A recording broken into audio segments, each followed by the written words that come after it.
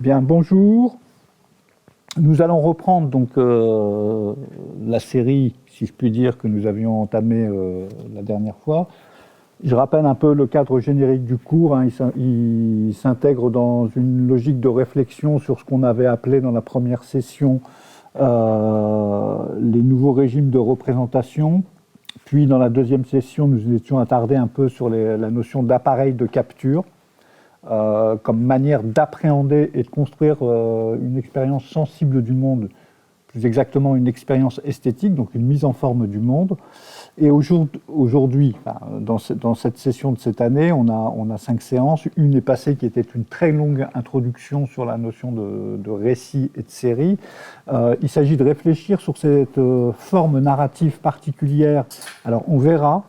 Je fais déjà une première incise, on verra que ce terme de forme narrative n'est peut-être pas adapté, mais sur cette forme narrative qui est portée par la série. Alors, le postulat ou l'implicite, parce qu'il est parfois nécessaire de dire les implicites parce qu'on les oublie ensuite, c'est celui que j'ai inscrit, qui a été inscrit dans la présentation du cours. Je le reformule ou je le redis. Avec toute la sécheresse de la formulation, nous pourrions dire arbitrairement que le récit est devenu le mode généralisé d'un mode d'être au monde. Ça me paraît extrêmement important. Le récit construit une manière d'être au monde. Alors, on le voit bien, j'ouvre une petite parenthèse, on est en période électorale, tout le monde parle de récit national, de roman national, ça fait un moment, mais ça ressurgit avec les formes discursives du politique. Nous n'appréhendons, ou nous n'avons comme possibilité aujourd'hui d'appréhender le monde que par l'intermédiaire des récits. Ça veut dire quoi ? Je suis toujours dans mon incise, avant de revenir dans notre... Ça veut dire quoi cette formulation ? Elle peut paraître, je le disais, un peu arbitraire, parce que vous allez voir les explicites, si je puis dire, qu'il y a à découler de ça. Il y a vraiment une crise des représentations. Alors, une crise des représentations, ce n'est pas une crise de l'art ou des représentations purement esthétiques ou artistiques du monde.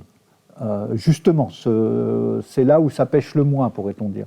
Il y a encore l'art et il y a encore l'esthétique ou les formes esthétiques générales, s'il fallait faire des catégories, qui nous permettent d'appréhender le monde. Simplement, elles ne le font plus par l'expérience sensible des choses, elles le font souvent sous des formes narratives qu'il faudrait décliner, qui passent par le documentaire. Le rôle du documentaire aujourd'hui est extrêmement important, même si on camoufle son rôle dans l'usage quotidien du langage en parlant de reportage. Le documentaire n'a rien à voir avec le reportage. Le reportage dit la particularité du fait. Le documentaire, pour faire simple et faire un peu philosophique, un peu hegelien, pourrait-on dire, dit la singularité des faits. C'est pas la même chose. Bon. Je ferme la parenthèse sur la question de la représentation esthétique qui, elle, est encore capable, et peut-être est la seule capable de nous mettre en rapport avec le monde d'une certaine manière. Il y a une crise générale. On se retrouve un peu comme à la fin du XIXe siècle, pourrait-on dire. Il y a une crise générale des sciences.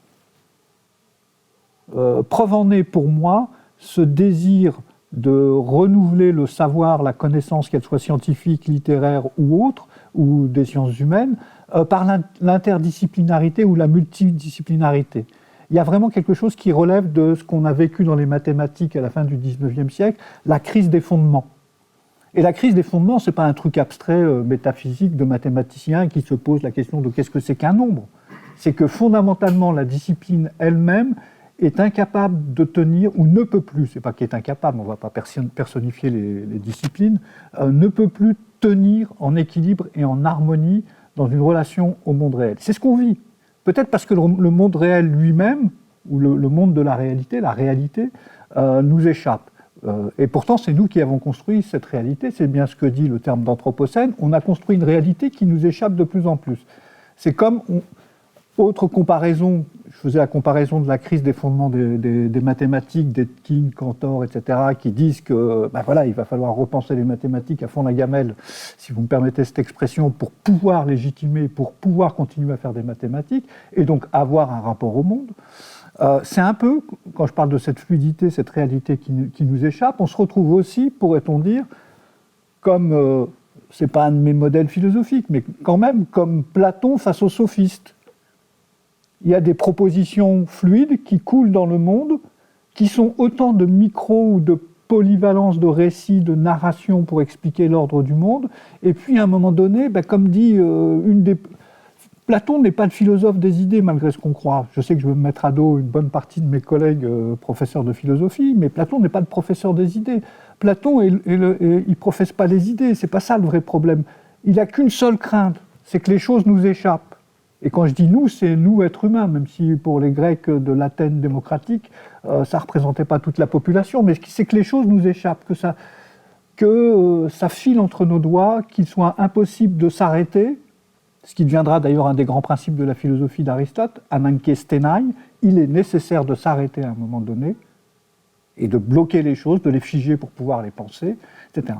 Et la seule réponse, une des réponses, pas la seule, une des réponses que Platon apporte à ça, c'est face à cette multitude de récits, moi j'en construis un qui va tous les englober. Alors peut-être que ça peut paraître totalitaire, généralisme, c'est ce qu'on appelle le monde des idées. Le monde des idées n'est qu'un récit pour stabiliser la multiplicité des récits qui prolifèrent à ce moment-là dans l'Athènes démocratique. Et qui, enfin, elle n'est plus totalement démocratique, mais dans la fin du règne de Périclès, etc. Et donc il faut qu'on configure un récit. Qu'est-ce que fait Aristote aussi, d'une certaine manière, comme continuateur de Platon? Il fabrique un grand récit aussi de la science, dont un des principes, je viens de vous le dire, est ananke stenai, il est nécessaire de s'arrêter. Et qu'est-ce que fait? Mais de s'arrêter où? Seconde proposition fondamentale de la philosophie d'Aristote, la science ne s'occupe que du général. Et donc on va établir des rapports entre particularité, singularité et généralité. Et c'est ce que Aristote appelle la science. Donc mode d'être au monde, on est en période de crise, il va bien falloir, on est en période de crise, pas au sens crise économique et pas au sens négatif du terme dans l'usage courant qu'on a. On est en période de crise, on est en période où ça se déstabilise, où il faut repenser les concepts qui nous permettent d'appréhender la réalité du monde, et le récit en est un. En est une des manières, plus exactement, d'appréhender notre rapport au monde. D'où l'importance que j'accorde à un philosophe comme Jean-François Lyotard.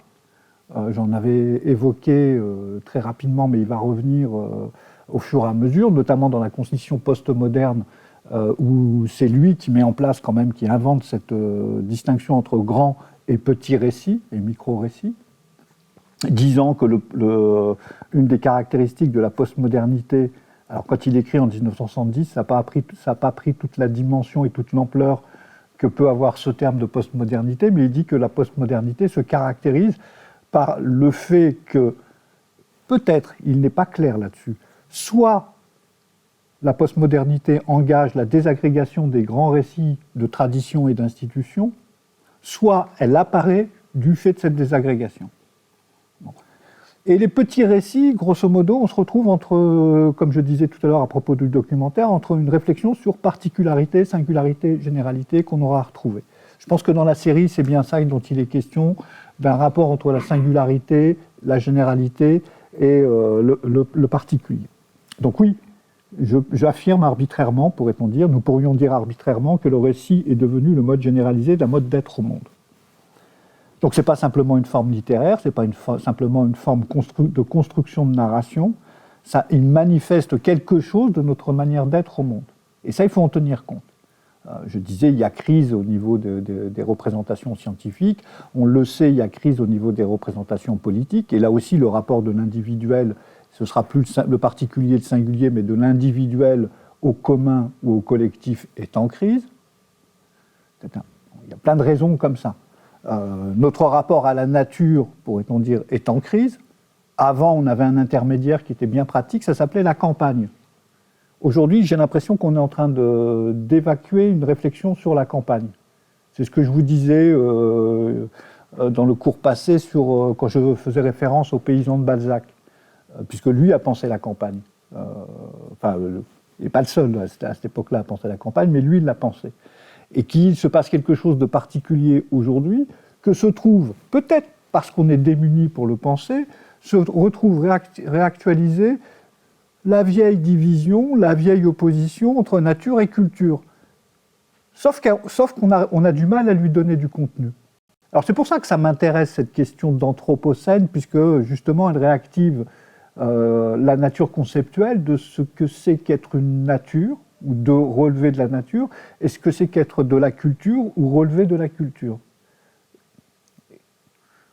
La disparition de la campagne nous permet, on pourrait dire que c'était un processus dialectique à la Hegel, et que dans l'opposition nature-culture, on invente le concept de campagne. Il faudrait le voir esthétiquement, il faudrait le voir intellectuellement, il faudrait le voir aussi géographiquement et économiquement. Ce concept de campagne, il avait une fonction. Alors maintenant, face à notre désarroi, on appelle ça le périurbain, le rurbain, etc., etc. Je ne nie pas ces catégories. Hein. Elles ont un intérêt peut-être, mais parfois elles ont un intérêt de spécialiste pour poser une question particulière. Le mode d'être de l'homme au monde, ce n'est pas une question particulière. De quelque manière qu'on le prenne, qu'on dise que l'homme est un animal de nature ou que l'homme est un être de culture, cette question du mode d'être de l'homme au monde n'est pas une question anodine. Donc je pense que le récit a sa fonction là-dessus. Donc pas simplement une forme littéraire, pas simplement une forme de narration ou un mode de narration. Je pense qu'aujourd'hui, le récit qui devient les récits, parce qu'on en voit la multiplication et à un moment donné il faudra s'interroger là-dessus, signifie notre état, je vais employer un mot renvoyant encore une fois aux appareils de capture qu'on a traités, de parcellarisation des modes de représentation du monde. Je dis parcellarisation parce que voilà, un parcellaire, c'est l'état d'émiettement d'un territoire en fonction des propriétés privées et des limites qui peuvent se jouer, etc. Donc une question de bornage, d'arpentage dont on a parlé. Voilà, il me semblait nécessaire de reprendre un peu cette thématique-là, de redire ces implicites-là. Alors la dernière fois, on a vu la série, on s'est un peu attardé sur le sens de ce mot. On va continuer aujourd'hui, parce qu'il me semble important d'en comprendre les enjeux. Alors je vais prendre un exemple immédiat. On a parlé la dernière fois, si vous vous en souvenez, du roman feuilleton et de sa naissance au XIXe siècle.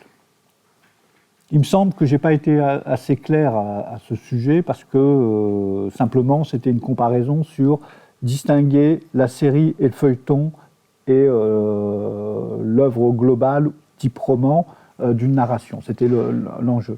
J'ai oublié de préciser, et il me semble que c'est très important par rapport à notre réflexion sur les appareils de capture, que si au XIXe, on va dire la série ou le récit à épisode, on va voir qu'on aura à creuser ces termes très, très rapidement, que le roman à feuilleton, comme on disait, celui de Gensu qui pouvait être publié dans les journaux, celui de Bataille, etc., de Balzac, pardon. Il doit y avoir une petite obsession bataillenne derrière, qui est la phrase de Balzac, un peu plus, un peu moins, nous sommes tous suspendus à des récits, qui ne cessent de me hanter depuis des années. Donc Balzac, même Zola à un moment donné, Gensu, etc., Ponson du Terrail, toute cette littérature-là, fonctionne fondamentalement par épisodes publiés en feuilleton dans la presse. Alors, ce que j'ai oublié de vous préciser, c'est quand même ce qui est intéressant. J'ai redécouvert la thèse, pas la thèse au sens universitaire, mais la position de Anne-Marie Thiès sur le roman populaire français au XIXe siècle. Je crois que c'est comme ça que ça s'appelle. Le roman du quotidien s'appelle son ouvrage, qui a été édité en point seuil.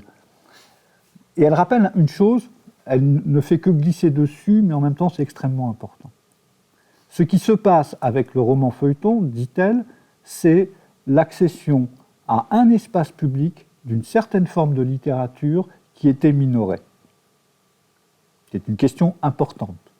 Comment le mineur, pourrait-on dire, pour employer des expressions un peu avec une influence d'Emmanuel Kant derrière, le mineur atteint la majorité. Comment se constitue un espace public? Là, il se constitue par des modalités techniques. La presse à lithographie, la possibilité de reproduire à l'infini, à l'infini, n'exagérons pas, à l'indéfini plutôt, en série. Au XIXe siècle, on commence les processus d'industrialisation et le taylorisme, le fordisme nous disent bien la division du travail et la sériation du travail, donc un rapport au temps, et qu'en même temps se met en place au sein de ce qu'on pourrait appeler le capitalisme, si on veut prendre des positions idéologiques, au sein du capitalisme naissant, des modes spécifiques d'espace public.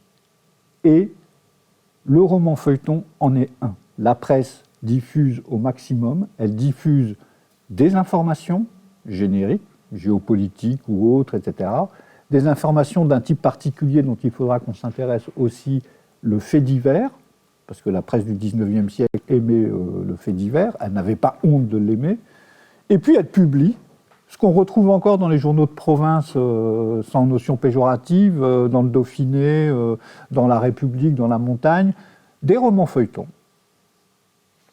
dont aujourd'hui le public est plutôt féminin. C'est pas moi qui le dis, c'est certains sociologues qui ont travaillé là-dessus. Je ne veux pas faire de discrimination, mais aussi parce que c'est des romans, pourrait-on dire, comme on disait à une certaine époque, à l'eau de rose. Bon. Peu importe le contenu pour le moment, ce qui m'intéresse, c'est qu'il y a un moyen technique qui produit un espace de diffusion, d'édition, de diffusion, de communication, et qui produit une forme d'espace public. Alors moi, je suis anti-Habermasien, enfin anti-Habermas par rapport à la notion d'espace public. Je suis d'accord avec un certain nombre de choses sur la conception de l'espace public chez Habermas comme espace public politique. Simplement, comment dire, chez Habermas, j'allais dire une bêtise, si vous m'autorisez à la dire, je la dis, chez Habermas, on est un peu macronien. Ni, tous ensemble. Pas tous ensemble, parce que tous ensemble, c'est plutôt un slogan qu'on entend dans des manifs anti-Macron. Mais cette position de soi-disant médiateur, ni gauche ni droite, dont personne n'a fait attention qu'elle est une reprise finalement d'un vieux slogan du Front National, ni gauche ni droite. Quand Macron apparaît comme modérateur, il y a peut-être des questions à se poser sur les principes sur lesquels il fonde sa politique. Je suis désolé de faire un peu de politique, mais comme c'est les élections, et qu'il nous raconte aussi des histoires, donc des formes de récits, on peut aussi les étudier comme telles. Mais on est loin de la série, ou alors dans un mauvais soap-opéra à la brésilienne. Donc en tout cas, il y a cette création d'un espace public qui est extrêmement importante et extrêmement intéressante à étudier. Un espace public spécifique qui accepte la fiction, ce que je mets en termes de récit, parce qu'on va voir qu'il va falloir construire les rapports, qui accepte la fiction, qui accepte le récit. Je pense que c'est un moment important, c'est pas anodin. C'est pas pour rien que des gens comme Mallarmé, poète soi-disant éthéré et symboliste, écrit des textes et se préoccupe du langage et de ce qui se raconte dans la presse ordinaire.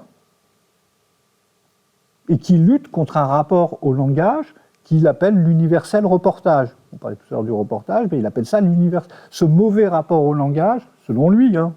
Il y a deux faces du langage, ce qui l'amène à parler du langage comme une monnaie, avec un recto et un verso, et le verso du langage, c'est-à-dire le mauvais côté, pourrait-on dire, c'est l'universel reportage.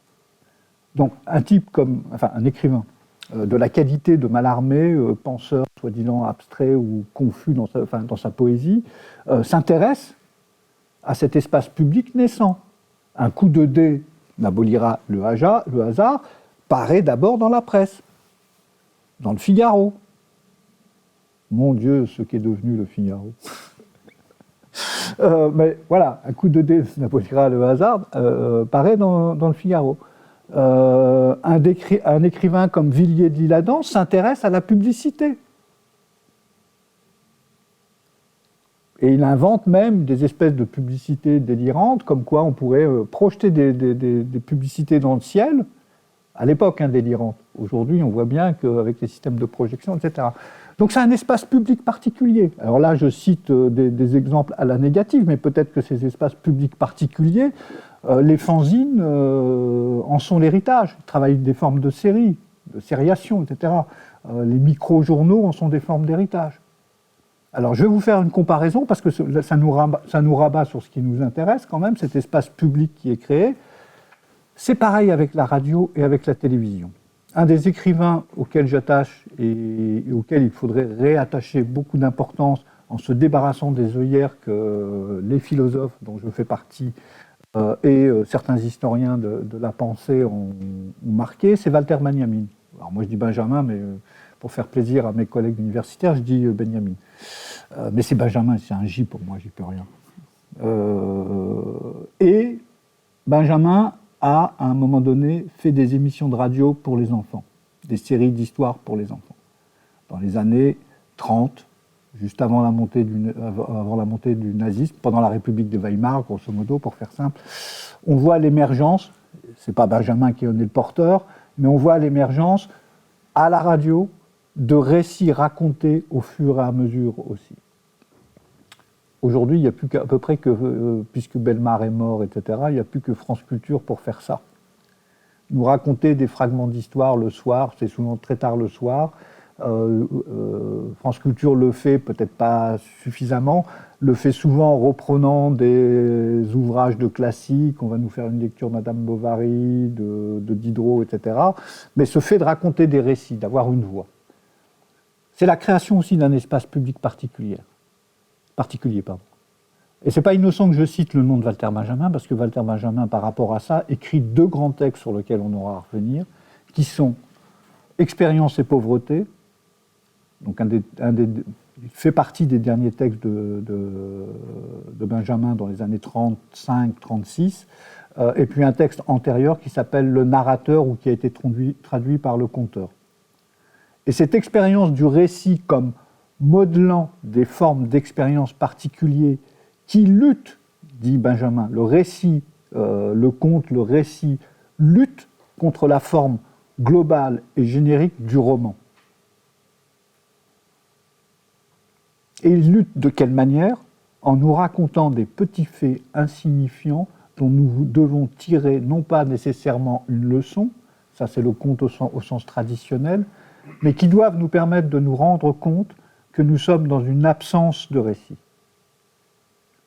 Grosso modo, et je vais prendre une comparaison que je vole à Gérard Genette. Grosso modo, ce qui se passe par exemple dans le récit radiophonique ou dans la série radiophonique de Benjamin, c'est l'absence de trame narrative et la surprésence des didascalies.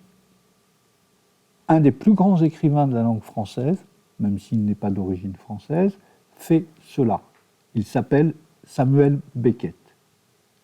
J'ai amené ici, mais je ne vais pas le lire parce que je sais que le temps va filer, de Samuel Beckett, Comédie et Actes divers. Tout le théâtre qu'il y a dedans, ou tous les projets théâtraux qu'il y a dedans, la pièce de théâtre n'est faite que de la didascalie. Il se déplace, il fait ceci, etc. Et pourtant, ça s'intitule pièce de théâtre, c'est joué sur scène, ça a été joué sur scène, ça a été monté parfois par Vitesse ou d'autres, c'est joué. Et ce qui se passe là, chez Beckett, mais qui antérieurement se préfigure dans l'analyse de Benjamin, c'est le désintérêt pour le contenu de l'histoire et l'intérêt pour la forme que prend l'histoire. Grosso modo, on le sait bien, je vous l'avais chanté même, je crois, la dernière fois, par rapport à la chanson d'Édith Piaf, c'est toujours la même histoire. Bon, chez Piaf, c'est toujours la même histoire d'un gars qui rencontre une fille, etc. Nanana, ça finit mal, ou bien, peu importe. Enfin, dans la chanson, ça finit mal. Mais voilà, le contenu, on va dire, est dérisoire. Alors, j'emploie ce mot-là, puisque tout à l'heure, j'ai employé un autre mot pour qualifier aussi cette démarche-là. Il y a du dérisoire. Il y a du dérisoire parce que ce qui importe, c'est pas ce que ça raconte, effectivement, c'est comment ça s'est raconté et de quelle manière, comment ça s'est raconté, permet de comprendre, au sens de Paul Veyne, l'historien, de comprendre l'intrigue. Alors l'intrigue, c'est pas les événements, c'est pas le drama ou la succession des drames, mais de comprendre comment émerge ou comment apparaît un événement dans le monde.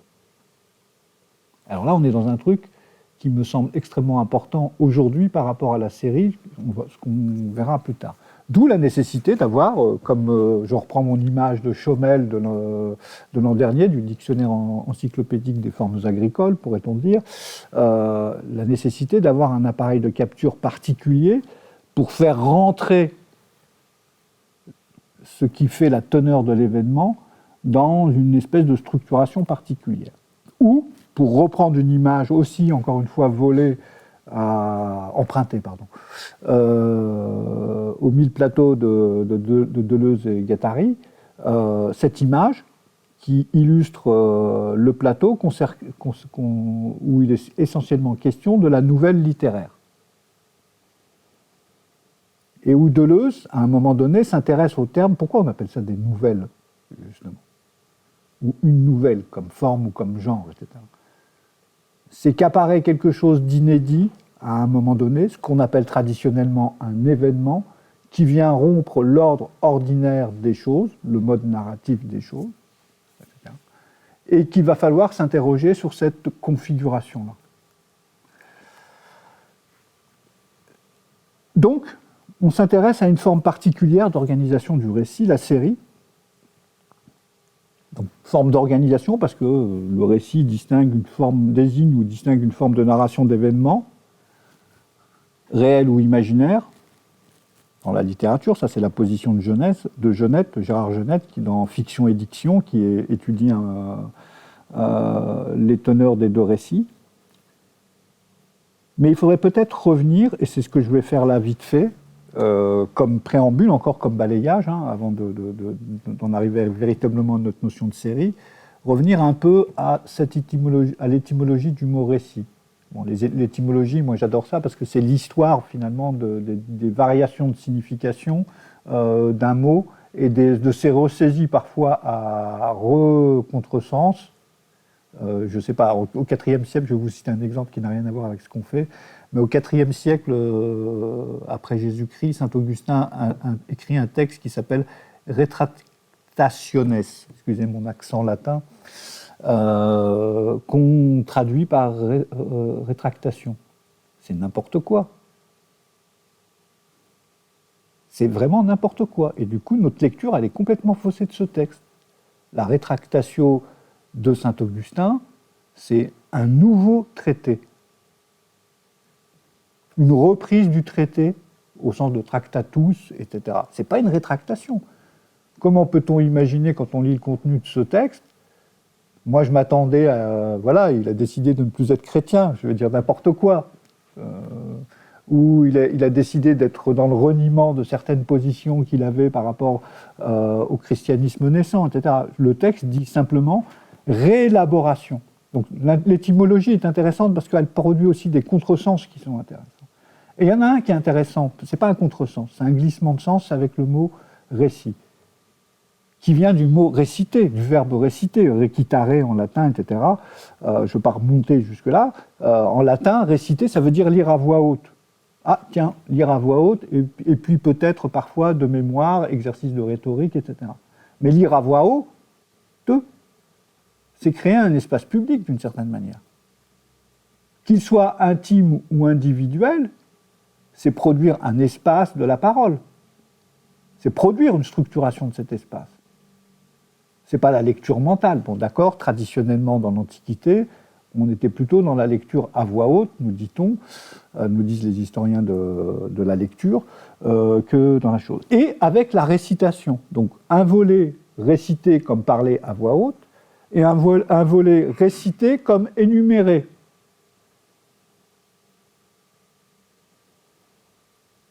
Récite-nous tes départements, etc., disait-on au XIXe siècle aux petits-enfants. Enfin, des départements ou quel que soit. Donc, comme énumération. Alors là, on se rapproche déjà dans la connexion des deux, avec notre idée de série. Donc, le récit, c'est à la fois la production d'un espace et la production d'une, pourrait-on dire, en parlant mathématique, d'une itération. De quelle itération s'agit-il? C'est particulier et on va le trouver dans la notion de série. Je pars aussi du postulat que la série semble aujourd'hui être notre manière, je dis bien notre manière, avec tout le côté restrictif et délimitatif que peut avoir ce nous. La série semble être notre manière, la plus actuelle, probablement, de répondre à notre besoin de récit, dont je parlais précédemment.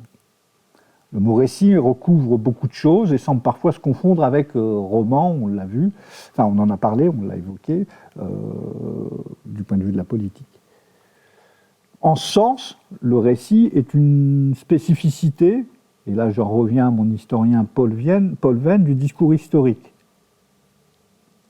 Paul Venn a écrit pas un petit livre, un gros livre qui s'appelle « Comment on écrit l'histoire », dont près de la moitié est consacré à la notion de récit et à la notion de récit à intrigue, et où il définit paradoxalement non pas l'historien comme un scientifique des faits, mais comme quelqu'un qui comprend l'intrigue du réel, ou l'entremêlement, pour essayer de donner un synonyme au mot intrigue, l'entremêlement des événements les uns entre les autres.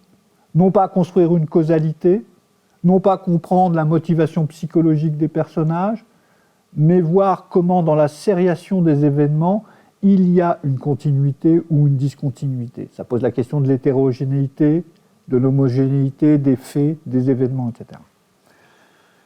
Donc, en ce sens, c'est une caractéristique, selon Paul Venn, du discours historique qui pose le problème d'un certain rapport à la réalité comme historique et à la réalité comme vérité. Dans ce type de récit, la narration se déploie, et là on pourrait rebondir sur des formes documentaires, la narration se déploie comme un régime d'attestation. Le documentaire filmique aujourd'hui, ou des documentaires écrits, sont des régimes d'attestation, des régimes de véridicité. Pas de véracité, pas de vérité, de véridicité. Ou, cas extrême que Venn désavoue, ou de contrôle du discours par des normes épistémologiques. Quand Venn écrit, c'est dans les années... de quand date ce texte ? Dans les années 70 environ, à peu près de manière contemporaine de celui de Lyotard. Les normes épistémologiques, elles étaient encore, malgré tout, encore stabilisées. Aujourd'hui, on peut se poser la question des normes épistémologiques. On le voit, pour reprendre la discipline de Venn, l'histoire, aujourd'hui, il y a beaucoup de ce qu'on appelle par exemple l'histoire contrefactuelle, qui sont des modes épistémologiques de raconter l'histoire, ou de produire des récits d'histoire qui sont particuliers, et qui tirent d'ailleurs vers la fiction. Et s'inspirent plutôt que tirent vers la fiction, trouvent leur source et leur légitimité parfois dans la fiction, notamment Philippe Cadic ou des écrivains de ce type-là. Donc ces points ne sont pas insignifiants. Je balise encore, je continue à baliser. Donc la série maintenant, aussi pareil, avec une visée étymologique. La série est la manière dont se trame dans le temps une suite numérique d'événements. On pourrait plaquer cette définition, comme valable pour toute forme de série, qu'elle soit mathématique, vidéographique ou cinématographique, etc. Cette première définition de la série, moi je la construis, je vous dis, à partir de l'étymologie. Notre mot série vient du verbe latin sero, qui signifie d'abord entrelacer, tresser, comme on peut tresser des fils de fer pour constituer une cotte de maille, donc une espèce de tricotage, pourrait-on dire. On tricote une chose. On retrouve ça dans sériculture, à propos des vers à soie, le rapport à l'étymologie du mot série, qui est sero, le verbe sero, series en latin, etc. Donc un entrelacement, un tressage, un tricotage, on va garder ce mot-là, tricotage, peut-être l'écrire parce que comme je dis qu'on va le garder...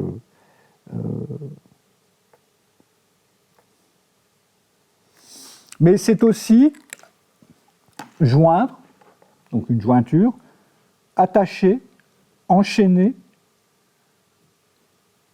Mon dictionnaire Gaffio latin me dit que sero veut dire comme, prend comme comparaison, enchaîner comme dans l'articulation de la cause à l'effet. J'aime beaucoup le comme.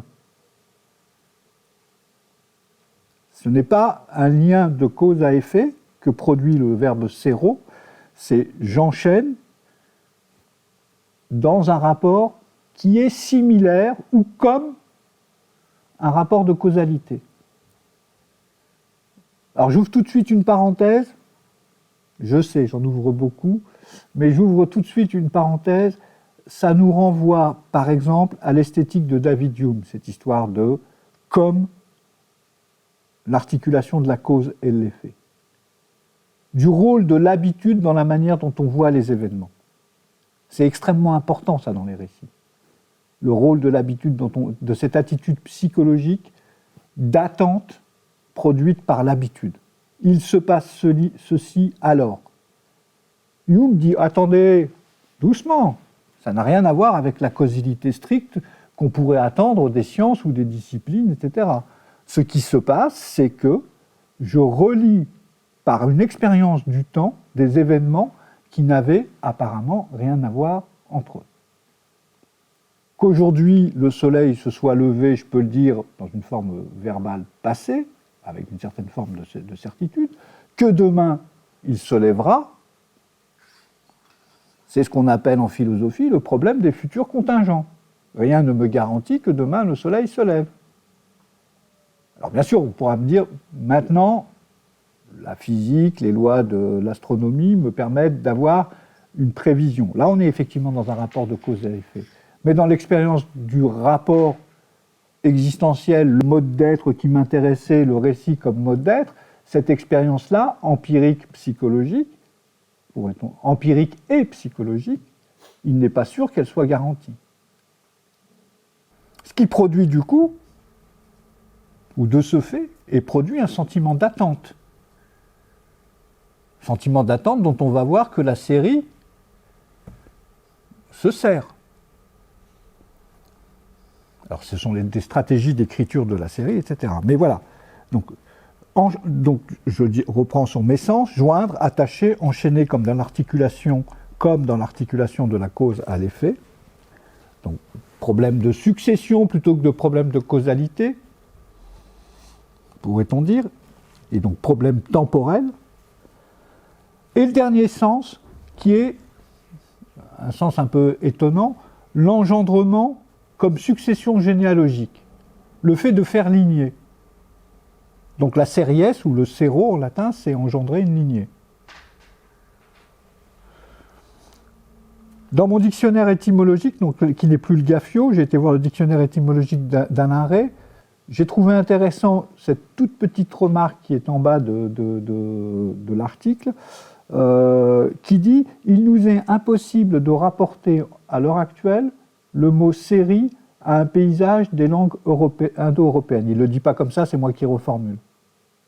D'habitude, il y a toujours des radicales qu'on retrouve dans des langues plus anciennes, etc., dont la langue imaginaire qui serait, enfin quand je dis imaginaire, la langue de fiction des linguistes, donc la langue originelle indo-européenne dans laquelle nos langages seraient faits, on trouve des radicaux qui se déclinent de différentes manières ou qui reçoivent une inflexion de différentes manières entre le latin, le grec, telle langue ou telle langue, etc. Et là, il dit qu'il est impossible de faire un rapport. Moi, ça me titille toujours. Soit c'est une invention des Romains, on va dire de la langue latine, plutôt que des Romains, et qu'il se passe quelque chose de particulier là-dessus, mais c'est vrai qu'on peut concevoir par rapport aux définitions que je viens de donner qu'il se passe quelque chose, puisque le propre des Romains, c'est quand même de s'inscrire à un moment donné dans une généalogie, ils passent leur vie à ça.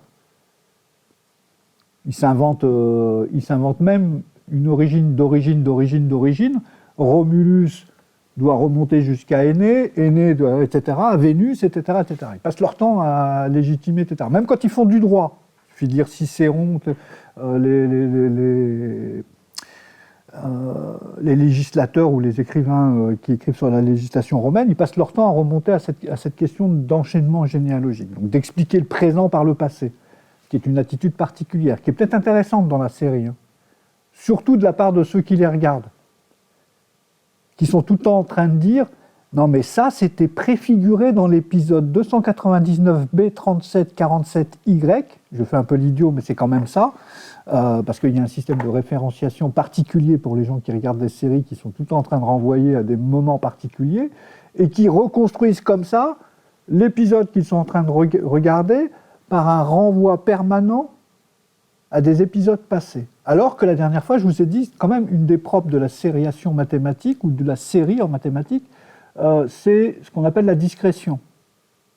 Le fait que l'un vaille l'autre. Alors, d'accord, c'est n en mathématiques, pour dire la succession des nombres, on dit n, grand N, égale n plus 1 plus 1 plus 1, etc. à l'infini.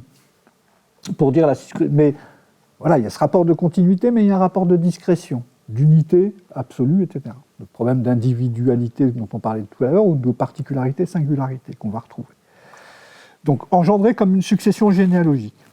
Ce que dit le nom commun latin, series, qui dit la suite, la file, la rangée, l'enchaînement, la lignée, la descendance. Donc, la série nous dit une suite discrète, ininterrompue, un arrangement des choses qui se tiennent ou qui doivent se tenir ensemble. Déjà, on a quelque chose sur le mode d'appréhension que va produire la série dans notre mode d'être au monde. Faire tenir des événements, pourrait-on dire, apparemment disparates entre eux, trouver des liens entre eux, et construire une unité globale, non, le mot global ne va pas, une unité générique, ou générale, à tout ça. On verra ça quand je vous montrerai, et je vais vous en parler longuement, d'une série qui s'appelait à une époque Le Prisonnier, où tout le monde attendait le 17e épisode, comme devant résoudre tous les problèmes, et donc absorber les unités, relier les événements entre eux, etc. Bon, effet d'annonce, hein. Moi aussi je suis dans la stratégie narrative. Voilà. Donc la série dit donc une forme de suite ininterrompue, disais-je, donc une forme malgré tout de continuité dans l'hétérogène du monde, et permet de mettre en lien ce qui semble s'articuler naturellement ou logiquement ou intellectuellement ensemble. Là, vous pensez au sens du mot série mathématique et série zoologique. Série zoologique comme permettant, ce qui a permis à des gens comme Linné, Cuvier, etc., d'établir des classes et des espèces, donc de produire des ensembles avec des items. Et même de penser, d'une certaine manière, la monstruosité en fonction de ces items. Bon, le mot série a donc une configuration cognitive, allant vers les mathématiques, allant vers un mode d'approche. Il est important pour moi qu'on considère ça d'entrée de jeu. Donc, au départ, la série dit des identités séparées qui cherchent ou qui visent à être regroupées. Elle dit l'hétérogénéité tout en concevant une certaine liaison entre ces hétérogénéités. Ça, c'est un problème, par exemple, que nous, si je dis nous en tant que discipline, si je représente devant vous aujourd'hui la discipline de la philosophie, on ne cesse de rencontrer avec le même et l'autre. La question du même et l'autre, de l'identité et de la différence. La question telle qu'elle a été formulée, et on aura l'occasion d'en parler, par Gilles Deleuze tout seul cette fois-ci, sans Guattari, comme un grand, il s'est enfin décidé à se libérer de Guattari, dans différence et répétition. Bon, ce qui fait que comme il y a Guattari et n'est pas là, le texte est un peu plus compliqué. Parce que Guattari était le rabatteur de sens, si je puis me permettre. Donc, la série, vous voyez, c'est comme des petits tirets que je vous fais. La série propose donc une forme d'expérience empirique de la variété, de la différence. Quand je dis variété, il faut entendre ce mot au sens de différence. Ou comme la variété, les variétés, comme on disait au début du XXe siècle, comme les spectacles de variété, on passe du coq à l'âne, etc. Il y a une unité, ça s'appelle le spectacle. Le théâtre des variétés, c'est qu'à un moment donné, il y avait une chanteuse, à un moment donné, il y avait une comique, il y avait un tata, etc. Il y avait cette association et cette multiplicité des choses. Mais c'est aussi variété au sens, et vous allez, j'espère comprendre pourquoi au fur et à mesure, au sens de variation. La série, grosso modo, là aussi pour aller un peu plus vite, parce que j'ai toujours peur du temps, oui. C'est ce qui me reste, ça? Bon. Donc la série, c'est aussi, je vous disais, la répétition d'identité ou la reprise d'identité. La variation en musique, c'est intéressant. Que ce soit, je vais prendre des exemples très classiques, hein, parce que j'écoute de la musique comme tout le monde écoute de la musique, que ce soit les variations Goldberg ou les variations dites Diabelli, on a une ligne mélodique et on la fait varier. Grosso modo, c'est ça. C'est tout simple. Un ensemble de 10, 15, 20 notes qui forment une mélodie et que le compositeur va articuler de différentes manières, va construire des modalités, comme on dit en musique, des changements de registre, des changements de tempo qui vont nous faire paraître cette même ligne mélodique totalement divergente et totalement différente. Aujourd'hui, je pense qu'un musicien, pour moi, comme Ligeti, c'est quelqu'un qui ne fait que ce qu'on appelle la musique répétitive, ou qui est issue des variations via la musique dite sérielle. La musique répétitive n'engage que ça, la répétition du même pour qu'il soit perçu dans une altérité ou dans une altération, pour reprendre un mot musical, qui produit une différence, un écart. C'est peut-être intéressant à garder cette idée musicale de produire de l'écart ou produire de l'espacement. Oui, la série va produire de l'espacement. Alors, espacement de quel ordre? Il faudra le voir. Alors, c'est intéressant tout ça, comme écart, cet écart comme à partir de la ligne mélodique. Ça dit une chose que je n'avais pas notée et que je viens de penser en parlant avec vous, c'est que la série est têtue, pourrait-on dire. Cette espèce d'entêtement à répéter la même chose. Je parle de la série en général, mais vous regardez toutes les séries, on pourrait prendre, je reprends mon exemple du prisonnier, vous prenez ce qu'on a appelé en France chapeau melon et bottes de cuir. Je suis désolé, j'ai que des séries datées. Non, j'en ai d'autres, mais je les garde sous le coude. Mais il y a une espèce d'annonnement, de répétition sur le même type d'événement. Quand je vous disais, il ne faut pas s'intéresser nécessairement à ce que ça raconte, mais c'est le rapport à un certain type d'événement qui est répété, reconduit d'épisode en épisode. La dernière fois, je disais, c'est toujours la même méthode quand il s'agit d'enquêtes policières. Vous regardez Columbo, vous regardez etc.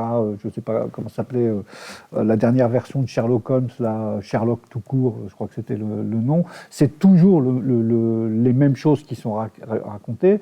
Ce qui est intéressant là-dedans, c'est cette reprise. Cet entêtement à reprendre, pas l'histoire où elle était, mais de recommencer la même histoire. Et j'ajoutais là-dessus, donc c'est ce que j'appellerais l'entêtement de la série, ou l'annonnement de la série, en prenant le côté annonnement comme un âne qui, dans son entêtement, ne sait que faire de la chose et y revient.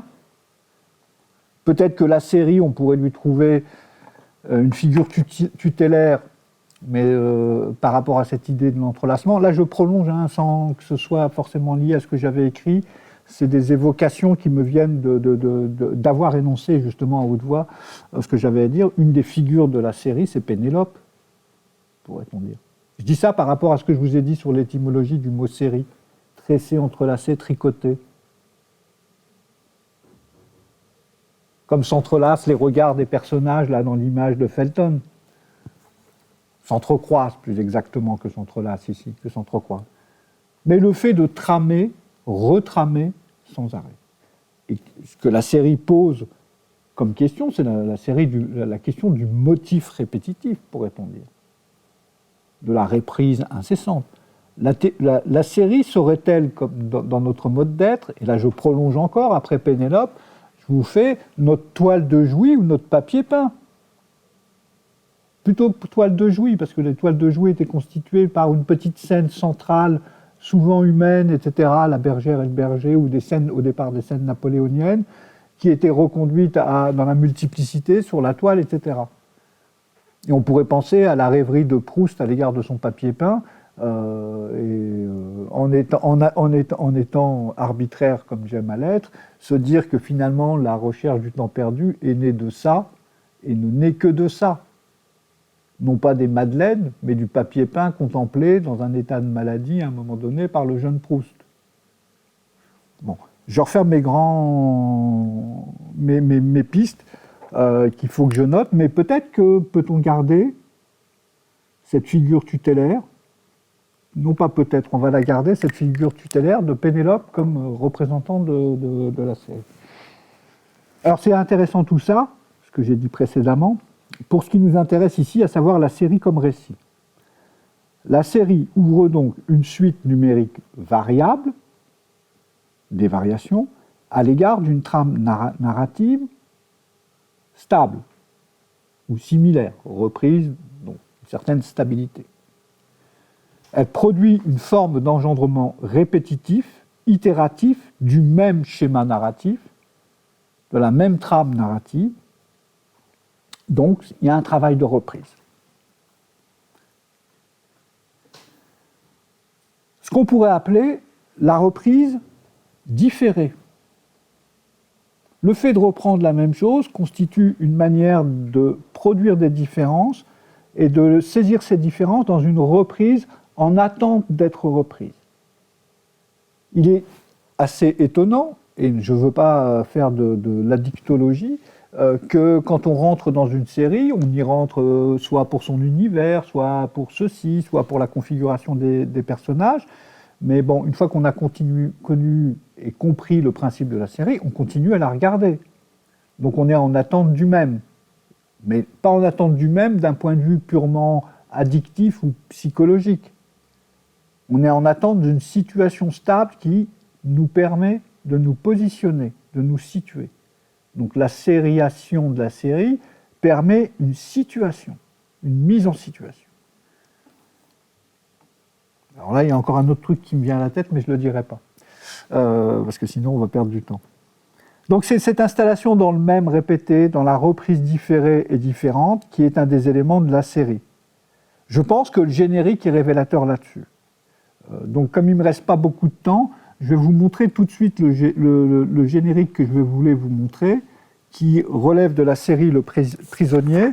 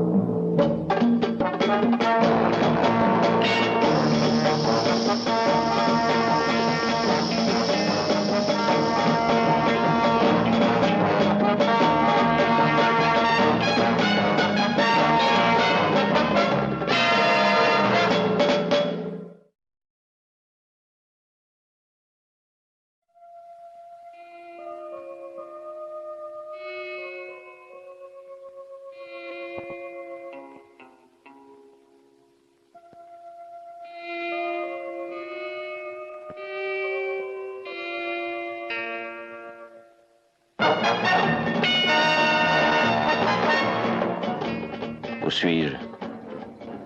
Au village. Qu'est-ce que vous voulez? Des renseignements. Dans quel camp êtes-vous? Vous le saurez en temps utile. Nous voulons des renseignements. Des renseignements. Des renseignements. vous n'en aurez pas. De gré ou de force, vous parlerez. Qui êtes-vous? Je suis le nouveau numéro 2. Qui est le numéro 1? Vous êtes le numéro 6. Je ne suis pas un numéro, je suis un homme libre.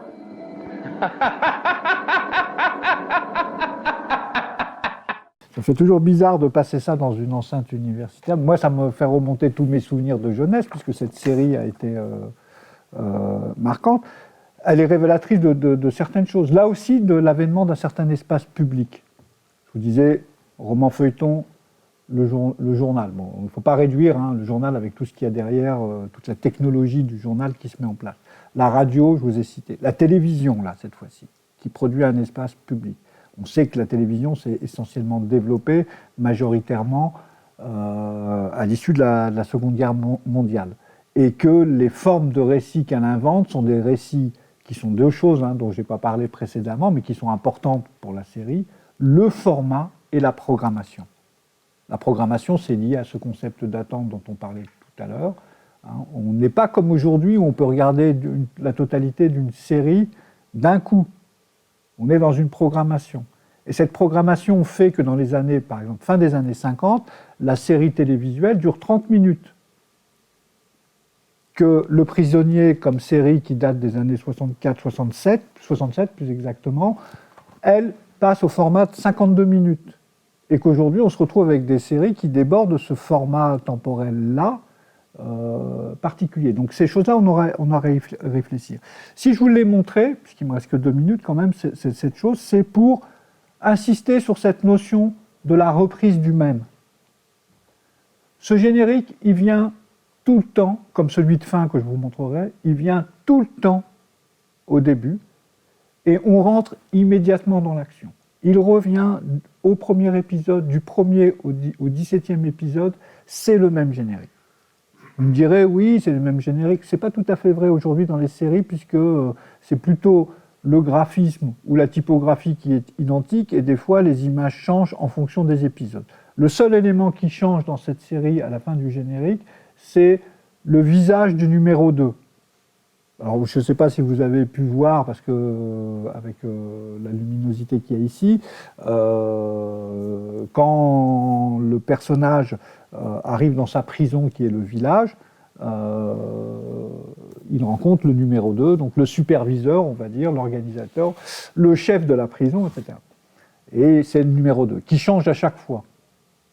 Donc, on comprendra qu'au fur et à mesure des épisodes, il change à cause du numéro 6, donc le personnage principal du feuilleton et de la série. Et ça pose un certain nombre de questions. Enfin, j'ai choisi aussi cet exemple. Bon, d'une part, le générique nous dit la reprise du même. Et cette reprise du même signifie que, quel que soit l'épisode, on peut comprendre la logique narrative. Donc on se débarrasse d'une certaine manière d'entrain de jeu de la logique narrative. Il y a quelque chose qui fera ça aussi, pas dans le même registre, c'est Colombo, on sait tout de suite quel est l'assassin, et la logique narrative, il n'y a pas d'attente, enfin il n'y a pas cette forme d'attente qu'on appelle le suspense, il n'y a pas cette forme d'attente qui s'appelle la déduction et qui fait la qualité des policiers depuis Edgar Allan Poe, c'est-à-dire la capacité analytique, ou depuis Sherlock Holmes, la capacité déductive. On est dans autre chose, on est dans un mode d'être, effectivement, dans une manière d'être, dans un ethos du policier. Cette revue aussi pose la question de l'ethos, et la question est clairement dit à un moment donné, de quel camp vous êtes, c'est l'ethos, le mode d'être de l'homme des années 70, puisque c'est 67 la fin, etc. Ça a tellement posé problème que j'ai appris, en préparant ces choses, parce que j'avais choisi déjà cet exemple pour le contenu suffisamment souple de la série pour qu'on puisse dire tout et n'importe quoi, parce que j'ai lu tout et n'importe quoi sur cette série, etc. Il n'empêche que ce tout et n'importe quoi, il y a une vérité qui permet un peu de poser les choses. De Gaulle a voulu qu'elle soit censurée. Parce qu'à un moment donné, ce n'est pas le numéro 1 et qu'elle est appelée, dans la version anglaise, The General, le général. 67 en France, et la série est diffusée en 68. Donc, le général, nous ne le connaissions, souvenez-vous, en 68, De Gaulle, nous ne le connaissions que sous le titre du général. Première raison pour laquelle elle a été censurée. Deuxième raison, je ne sais pas si certains l'ont vu, je n'avais jamais remarqué ça. Il y a une chose qui a inquiété l'armée française, c'est que les hélicoptères qui jouent dans cette série, puisqu'à plusieurs reprises ils interviennent pour empêcher le prisonnier de s'échapper, sont des Alouettes 2. On sort de la guerre d'Algérie et de la guerre du Vietnam. Enfin, d'Indochine, pardon. En France, on dit d'Indochine. On sort de la guerre d'Indochine et de la guerre d'Algérie. Et le rôle des hélicoptères, l'invention, pourrait-on dire, d'une forme de lutte contre les guerres civiles par hélicoptère, c'est les Français qui le mettent en place. Donc, ça a eu, semble-t-il, cette visualisation de voir des Alouettes 2, le même type d'hélicoptère qui était utilisé par l'armée française, a eu un effet, comme quoi, des fois, c'est de l'ordre du détail, c'est pour ça que je vous disais, la trame narrative n'est peut-être pas parfois toujours intéressante, mais a interpellé apparemment l'armée française au point qu'ils ont demandé que certains épisodes où les hélicoptères relevaient d'une chasse à l'homme, relevaient d'une opération de représailles dans le feuilleton, soient supprimés. Et troisième élément, bon, il est diffusé en 68, pas de chance pour ce feuilleton, c'est un feuilleton qui raconte énormément sur la culture politique de l'époque. On voit bien, il est marqué par l'obsession de la guerre froide, de quel camp êtes-vous, dit le personnage dans le générique, c'est très clair. Voilà. Sauf que les cartes vont être brouillées. Troisième élément, donc, c'est cette réflexion ou cette manière d'appréhender culture et contre-culture. D'où l'attente, je pense que c'est là d'où venait véritablement l'attente de la résolution du dernier épisode, qui, si vous regardez la série, ne résout rien, ce dernier épisode. Il est encore plus questionnant que chacun des épisodes. Bon. Ça, c'est pourrait-on dire, sur des fonds idéologiques. Il y a une chose aussi qui est extrêmement importante, c'est sur la manière de raconter l'histoire. Je suis déjà à -3 et je finirai là-dessus. Sur la manière de raconter l'histoire, c'est la première fois dans l'histoire de la télévision, qui est toute jeune à l'époque, qu'une série déroge à la règle des genres. Le modèle, c'était qu'un épisode de feuilleton télévisé corresponde à un style de roman, pourrait-on dire, ou un style de la littérature. Là, on est à la fois dans le roman de science-fiction dystopique ou utopique, selon les épisodes. On est à la fois dans un roman d'espionnage ou dans une forme de thriller. Enfin, aujourd'hui, on dirait thriller, on dirait plutôt roman policier ou roman film d'investigation. Et puis, on est aussi dans une forme de traité de géopolitique. Alors, je ne sais pas quelle forme littéraire pourrait exister là-dedans, si ce n'est celle qu'ont inauguré des gens comme Balzac, comme Edgar Allan Poe, etc., où le récit permet de penser des structures idéologiques du monde. Bon, je vais m'arrêter là. Une dernière chose, toutefois, les deux auteurs de cette série sont George Mark Stein, qui change son nom en Marquis dans le générique, si vous avez vu, qui est un ancien espion de l'armée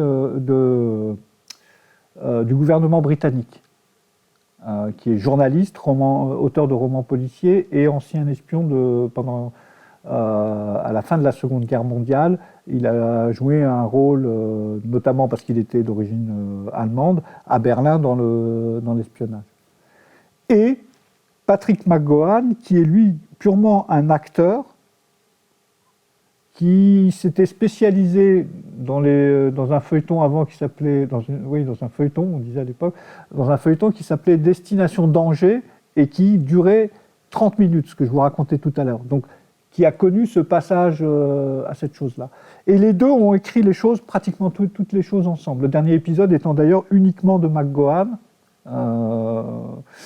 qui dit lui-même qu'il ne voulait pas qu'il soit clair, cet épisode.